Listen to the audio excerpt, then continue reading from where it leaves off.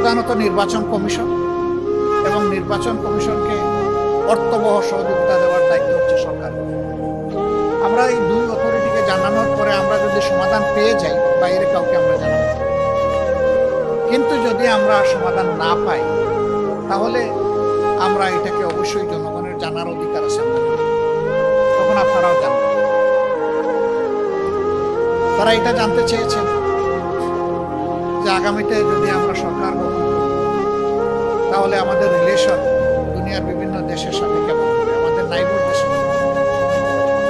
আমরা স্পষ্টভাবেই বলেছি যে বিশ্বের সবগুলা শান্তিকামী, সভ্য এবং গণতান্ত্রিক রাষ্ট্র যেগুলো আছে সবার সাথেই আমাদের সম্পর্ক থাকবে, বন্ধুত্বের সম্পর্ক। যারা আমাদের প্রতিবেশী তাদের সাথে অবশ্যই সুলভ সম্পর্ক আমাদের থাকবে। আমরাও প্রত্যাশা করব তারাও আমাদের সাথে প্রতিবেশীর মতোই আচরণ করবে। সেই আচরণটা হবে পারস্পরিক শ্রদ্ধা এবং সমতার ভিত্তিতে। আমরা কোনো ক্ষেত্রেই কোনো অসমতা দেখতে চাই না।